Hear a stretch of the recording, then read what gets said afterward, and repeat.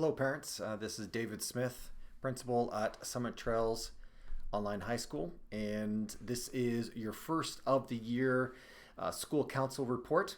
We give our reports virtually. We send them out to you, and I usually ask for a little bit of your feedback, and we do that in the form of a survey, which will be just below in that MailChimp that I sent out to you. And the goal is to be able to communicate as much as we can with the goals and where we're headed as a school. And so these will come out on a monthly basis. Sometimes I'll invite the trustee to speak as well. And so I want to keep it concise so that you feel like you've got some margin in your day to listen to these meetings. But I'm excited to chat with you today, and I'm sorry that I didn't get to you sooner. It has been a busy month and a half here, and I want to tell you all about it. So we're going to go through a couple of these items. It won't be longer than 10 minutes, hopefully. And here we go. School results. So thank you very much for those that did the APORI survey with Alberta Ed last year. As you can see with the graphic below there, that we've done very well, and we are continuing to learn and continuing to grow. The tough thing about having a very high achievement in some of these levels is how do you keep it up there? So that's part of our goal. Is we don't look at these three items as we've arrived. We look at these three items like as if we're moving forward, and we're thankful that we're doing well, but we have a ton of work to do. So really quickly, some of the top levels and things that are part of our mission as a school is citizenship in wellness. One thing I feel that separates Summit from other online schools is the amount of effort and importance that we put on wellness. So if our students are feeling safe, cared for, but also just having the ability to learn about themselves as a human being, we hope that that will translate into them having more, not just energy, but focus and flow for their courses. And so we have a every other week wellness session. It's completely voluntary, but we have many of our students that come to those sessions. This last one we had was awkward conversations. Basically they are life lesson type things. That being said, next week we've got an RVS staff talking to us about addictions.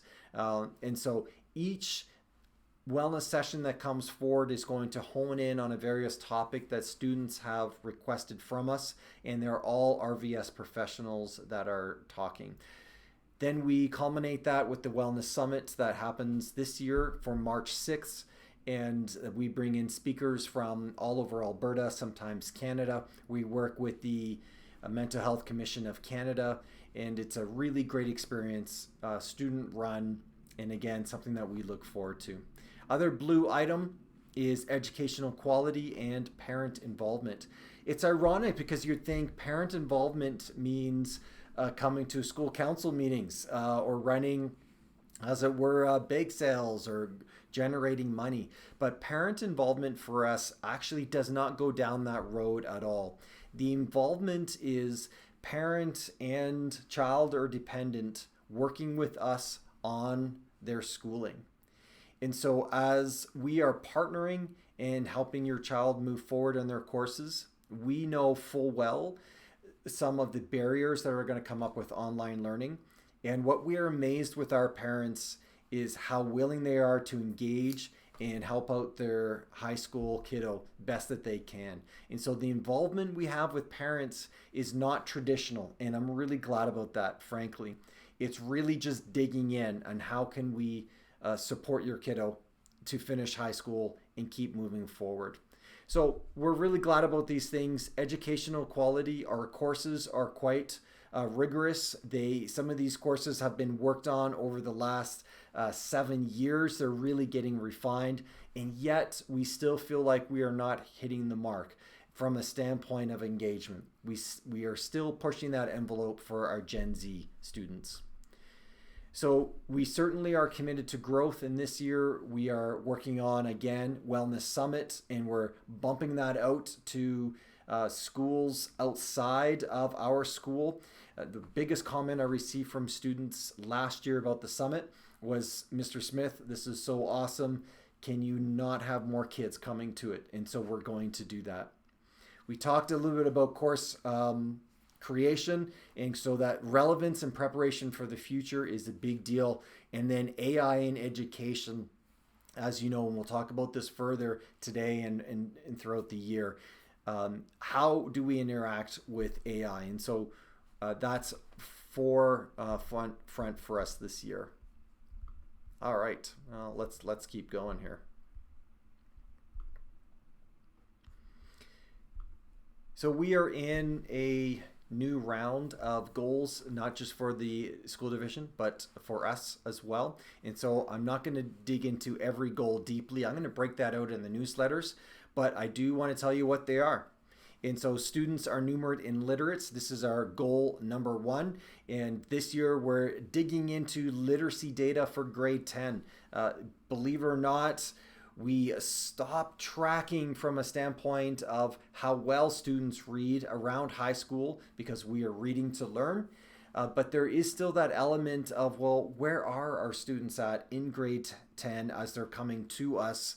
And then how can we make sure that we're not just supporting them, but how do we give them the tools to be able to increase that literacy? And it's not just about reading, it's about writing, fluency, understanding, content acquisition, all these ed terms that I'm throwing at you. So teachers are geared definitely for moving forward in that way. Our next goal is we're looking at our current practices around careers and planning. Again, the jobs that are coming forward, even out of AI, are things that we've not even thought about before. Even just last week, I went to a conference for the last couple days on AI in education, and even just the discussion on AI analysts and the need for people to be able to sift through data. We know that we have analysts, but do students actually think, man, this would be an interesting job coding AI and working with artificial intelligence and the data that it's using? You know, these are jobs that we need to be preparing our kiddos for. So we are going to take a closer look at that. How do we use My Blueprint, which is a program that we have with our comm classes? And then just how do we show students that there is other possibilities? And so that's the high school game. But I would say it's even more important that we're preparing our students for that moving forward. And then building resilience, supporting students. Our school, I mean, this is the hallmark of our school. Our goal is to build more resilience for our students. Many of our students come with something that they are trying to battle against. Anxiety is just one of them. There are numerous reasons why kiddos come to online. And so we want to make sure that we're building into that resiliency piece, and we feel like we are doing that really well from a standpoint of our wellness, but there's still a lot of work to be done. I'm not quite sure why the career exploration is down here. I had something different there, but at any rate, I just want you to be aware that we're going to continue down this road, and how can we strengthen and help strengthen your children with the goals in the future that's in front of them. Okay, I'm speaking quickly, so thanks for staying with me. Okay, this year at Summit, so we have various departments in the school. Sometimes they're called committees, goals, things like that. So where are we at? Our school numbers. Right now, we are over the projected capacity for this year, and that's awesome. The word is getting out, just what Summit is all about, and it's fantastic.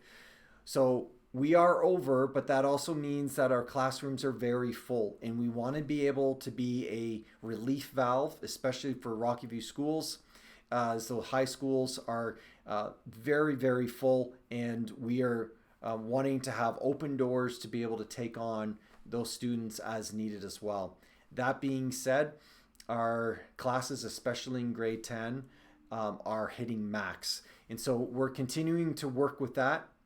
Part of that is the reminder for parents that if students aren't engaging in a course, if they've signed up for a course, we have a tracking program that we use where teachers reach out to the student, to yourself, to myself. I reach out, and if a student is not intending on completing that course, then we help move you into a different direction, because it allows another student who's waiting to get into that course to be able to jump in and get moving forward. So we're going to continue to grow, and there's some great things happening here in Rocky View. It's really fantastic. There is a high school squeeze, and this is for those people that are part of Rocky View demographic area. And so we are hoping to help with that squeeze by having a bit of that relief valve that mainly happens in the asynchronous courses. So many of you are taking the synchronous courses with maybe a smattering of asynchronous, and this relief can happen in the asynchronous courses. So we're hoping to be able to help out the school division in that way. And then the last thing is just a reminder for communication. We communicate predominantly through email, and we try not to overwhelm you. If we're sending something, there's a reason behind it. That's why there's not a newsletter every week. We only send out a newsletter if there's something to say. So my apologies. So that's sort of the idea there. If you have any questions about that, please let us know. And of course, we can have Zoom meetings. In fact, we've got parent-teacher interviews coming up next week, so we hope you'll sign up for that. And yeah, we're off to the races here. So just in terms of student news, the honeymoon is over. Well, here's what that means. When students first start off in September, they generally speaking are gearing to go, and they're getting into their courses, and it's going well. Usually around this time, because of the rigor of the courses, this is when the overflow begins. You'll know that your kiddo is hitting that overflow if avoidance is happening when you talk to them about school, if they are not able to articulate what they're doing in school right now. So our students should be completing some sort of assignment, some sort of task every day. They will have between 1 to 4 courses, especially if they're synchronous, and there's tasks throughout the entire week. If they're asynchronous, then that can be more condensed, so they can do 3 or 4 tasks potentially in one focused sit-down time. But make sure that now is the time to have a real conversation on how things are going. For synchronous students, our teachers are available every day at that time the class occurs. So if the class occurs at 10 a.m., every day the teacher is either teaching or available for the student. And the student doesn't even need to book a separate time. All they need to do is just show up at that time on Zoom, and they can meet with the teacher, and the teacher can help them out. So parents, now's the time to start seeing how your kiddos are doing. And if there's any issues, please be reaching out to the teacher. All right, last thing that I'll end off with today is AI in education. Take a breath here. So this link should work for you. If not, I will pop it out in a newsletter or even just below here. And this is just digging a little bit deeper into understanding artificial. Well, I put in there artificial education. Wow, I missed that. Artificial intelligence in education. Well, this is real, people, and I'm going to send this out, so we'll keep going. That's a really interesting faux pas, because here's the worry. The worry for teachers is that students will use machine learning such as ChatGPT, which is a large language learner or large language machine, and they will just go there for the answer that the teacher is asking.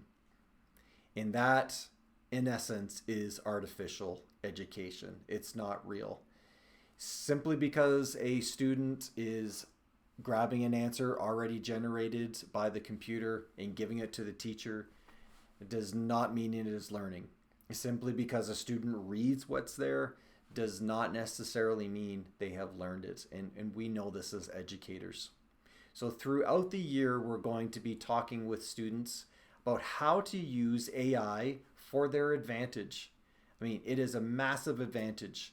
And for us as adults, we have already had the foundational learning and education for whatever it was for us. We had that learning. For students today, their learning is combined with that, we'll say, traditional understanding, as well as now this machine learning aspect. And truly, it's not a whole lot different than those that are very savvy with the internet.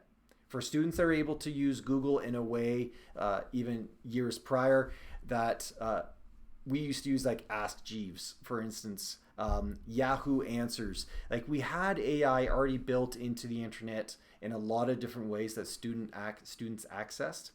But now the ease and the ability and just the quality is way higher for that understanding with AI. And so the ease is there for students.